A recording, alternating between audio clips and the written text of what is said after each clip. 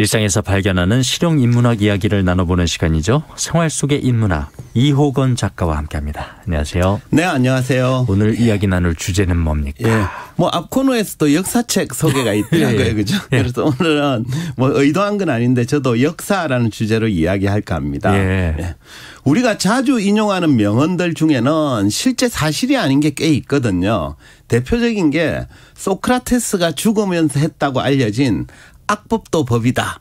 라는 말은 팩트가 아닙니다. 그렇다죠. 예. 실제로는 소크라테스가 이제 동미나리 즙을 마시고 죽으면서 마지막으로 친구인 크리톤에게 남긴 말은 이렇습니다. 크리톤, 나는 아스클레피오스는 의학의 신입니다. 나는 아스클레피오스에게 닭 한 마리를 빚졌네. 기억해 두었다가 빚을 갚아주게. 예. 라고 했어요. 그러니까 악법도 법이라고 한 게 아닌데 악법도 법이라는 말은 일본의 법철학자인 오다카 도모가 그의 책 법철학을 쓰면서 소크라테스가 독배를 든 게 실정법을 존중했기 때문이라면서 악법도 법이므로 이를 지켜야 한다. 라는 취지로 썼는데 이게 이제 와전되어서 소크라테스가 한 말로 이제 사용되고 있는 거죠.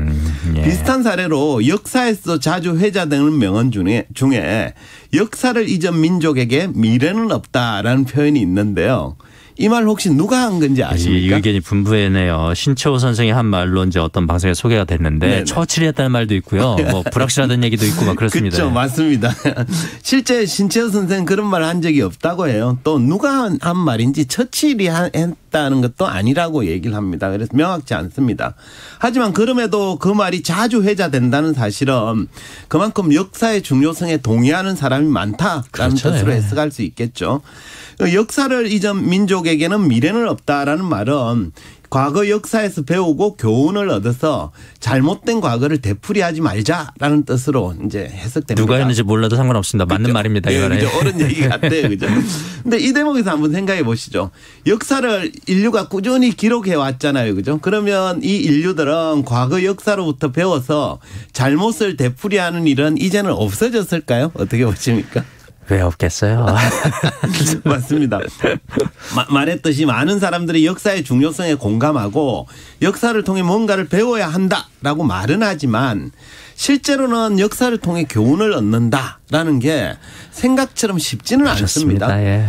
독일 철학자 헤겔이 역사 철학 강의에서 이렇게 주장했습니다. 한번 들어보십시오. 사람들은 군주, 정치가 민중을 향해서 특히 역사의 경험에서 교훈을 얻어야 한다라고 권장한다. 그러나 민중과 정부가 경험과 역사로부터 뭔가를 배운 적은 한 번도 없고 역사에서 이끌어낸 교훈에 따라 행동한 적도 결코 없었다. 그러니까 역사적 경험에서 교훈을 얻는다는 게 말의 구호에 그칠 뿐 실제 교훈대로 행동한 적은 없었다라는 주장입니다. 칼 마르크스도 역사는 두 번 반복된다. 처음에는 비극으로 두 번째는 희극으로 라는 유명한 말을 통해서 과거 역사에서 교훈을 얻지 못하고 잘못을 반복하는 행태를 꼬집은 바 있습니다. 뭐 역사라는 이 거창한 말 꺼낼 필요도 없이 우리 개인사에서도 예. 얼마나 좀 같은 실수 되풀이하고 그렇죠. 같은 잘못 반복하고 그러잖아요. 예, 이 교훈을 얻는다는 게 쉽지가 않죠. 예, 맞습니다. 예.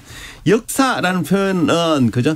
지날 역자와 사기 사자를 써서 지나간 것에 대한 기록, 즉 과거에 대한 기록이잖아요. 그러니까 사람들은 이런 과거의 기록인 역사에 대해서 오해를 하는 경우가 많은데요. 가장 대표적인 게 뭐냐 이러면 역사책에 기록되어 있는 사실은 절대 불변의 진리라고 믿는 경우입니다.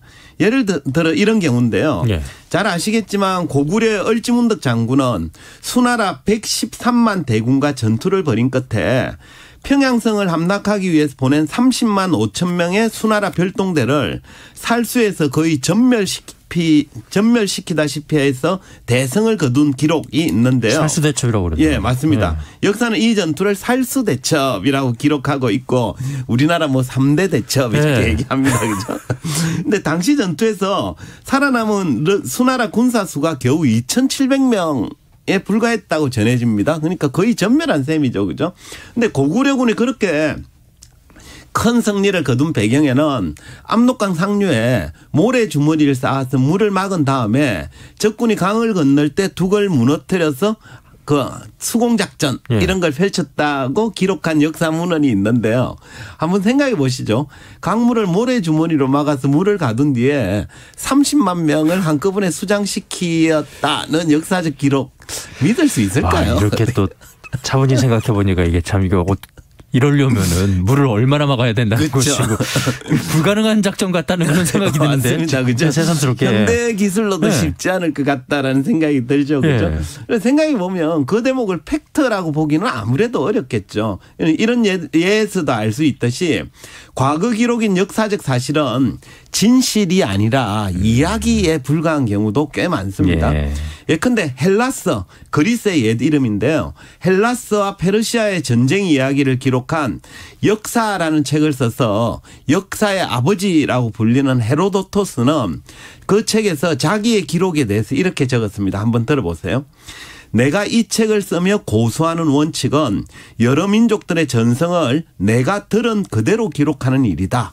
나는 들은 것을 전할 의무는 있지만 들은 것을 다 믿을 의무는 없으며 이 말은 책 전체에 적용된다. 그러니까 헤로도토스는 전쟁이 벌어진 각 지역을 찾아다니면서 보고 듣고 또 그 사람들한테 뭐 얘기를 전해 듣고 이런 이야기를 책에 옮겼거든요. 그러니까 그는 자기가 들은 걸 솔직하게 그대로 옮기긴 했지만 듣는 단계에 이미 오류 가능성이 있기 때문에 자기 기록을 전적으로 믿을 만하지 못하다라고 솔직하게 인정한 셈이죠. 예, 아무래도 이야기로 전에 내려오다 보면은 네. 과장될 수도 있고 예, 뭐 거짓이 보태질 수도 있고 네, 그런 거죠. 맞습니다. 그죠? 따라서 역사적 사실이라고 모두 진실이라고 볼 수는 없습니다. 영국의 역사학자인 에드워드 카도 그 유명한 역사란 무엇인가라는 책에서 비슷한 말을 한 적이 있는데 이렇게 얘기합니다. 정확성은 역사가의 의무일 뿐 미덕은 아니다. 그러니까 역사가는 자기가 수집한 내용을 가지고 이야기를 만드는 사람이지 진실의 담지자는 아니다라는 뜻입니다. 또 수집한 자료나 정보 가운데 어느 걸 역사적 사실로 인정할지 또 각각의 사실에 얼마나 중요한 지위를 부여할지 등도 역사가의 주관적 평가나 해석에 달릴 수밖에 없거든요. 네. 따라서 어떤 역사적 기록도 절대 불변의 진리가 아니고 그렇기 때문에 후대의 새로운 역사가에 의해서 언제든지 평가나 해석이 달라질 수도 있습니다. 이런 이유 때문에 에드워드 칸은 역사에 대해서 이렇게 멋있는 정의를 내렸는데 이렇게 정의합니다.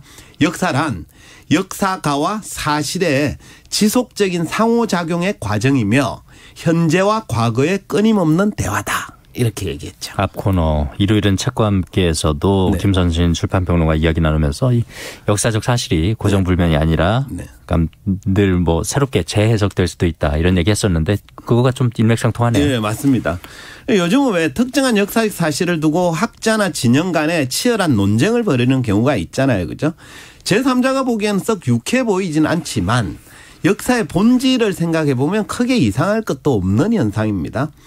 독립운동가이자 역사학자인 단재 신채호 선생은 조선상고사라는 책에서 역사의 본질을 이렇게 적었습니다. 한번 들어보십시오. 역사는 아와 비아의 투쟁의 기록이다. 여기서 아는 나아자입니다. 예. 네. 아와 비아의 투쟁의 기록이다. 비아를 정복하여 아를 드러내면 투쟁의 승리자가 되어 미래 역사의 생명을 잇고 아를 없애어 비아에 바치는 자는 투쟁의 패망자가 되어 과거 역사의 묵은 흔적만 남긴다. 이는 고금의 역사에 불변하는 원칙이다. 그러니까 모든 역사가는 특정한 자아나 정체성을 가진 개인에 불과합니다. 따라서 저마다의 관점에 따라서 역사가 자신의 아를 설정할 수 있거든요. 이때 민족이나 국가, 뭐 종교나 인종, 심지어 사회 내 계급조차도 아가 될 수 있어요. 네. 그리고는 자기가 속한 아의 반대편에 서 있는 비아와의 투쟁이 가장 중요한 역사적 사실이 되는 거죠. 여러 가지 사실들 중에. 신채호 선생은 자신의 아를 민족으로 설정을 했죠. 그 결과 그는 민족주의 사관에 입각해서 여러 역사책을 집필을 했습니다. 따라서 우리가 역사를 볼 때 역사적 사실에만 주목할 게 아니라 역사가가 속한 다시 말해 역사가의 정체성에도 주목할 필요가 있겠습니다. 메시지뿐만 아니라 메신저도 봐야 된다. 예, 뭐 정확한 얘기인데요.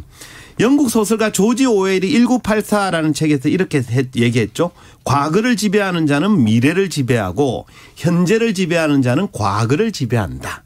그러니까 역사는 과거의 기록이지만 기본적으로는 성자의 기록이거든요. 따라서 성자는 과거에 벌어진 사건들을 자신들에게 유리하게 각색함으로써 현재 지배권에 대한 정통성을 확보하고 이를 통해 미래를 지배할 힘을 얻으려 합니다.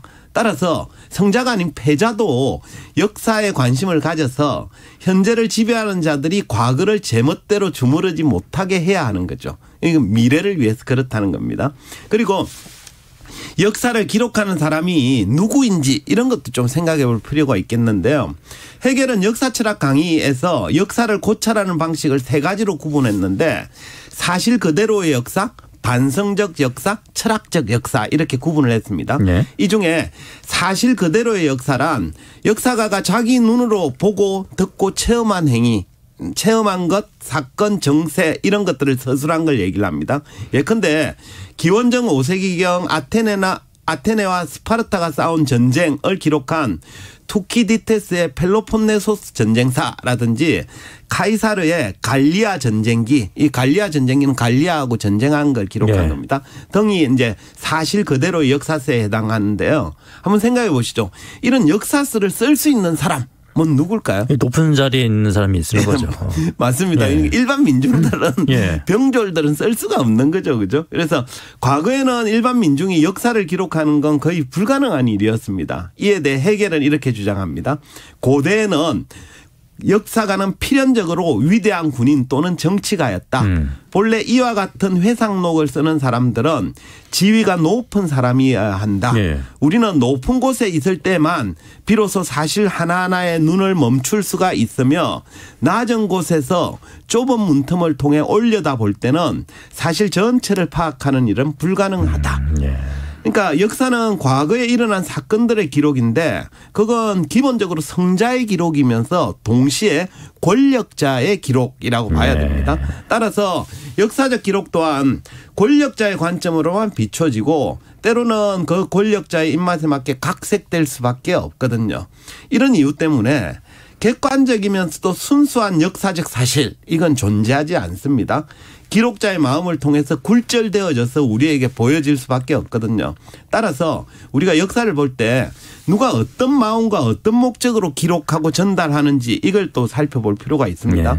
또한 권력자가 아니라 우리 일반인들도 역사에 관심을 가져야 됩니다. 그래야만 현재 권력자가 역사를 마음대로 주무르지 못하거든요.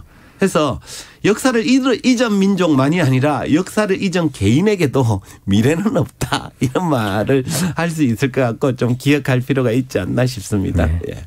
음악 들으시면서 지금 이호건 작가님의 얘기 생활 속의 인문학 곰곰이 되새기시기 바랍니다. 생활 속의 인문학 이호건 작가였습니다. 고맙습니다. 네, 감사합니다.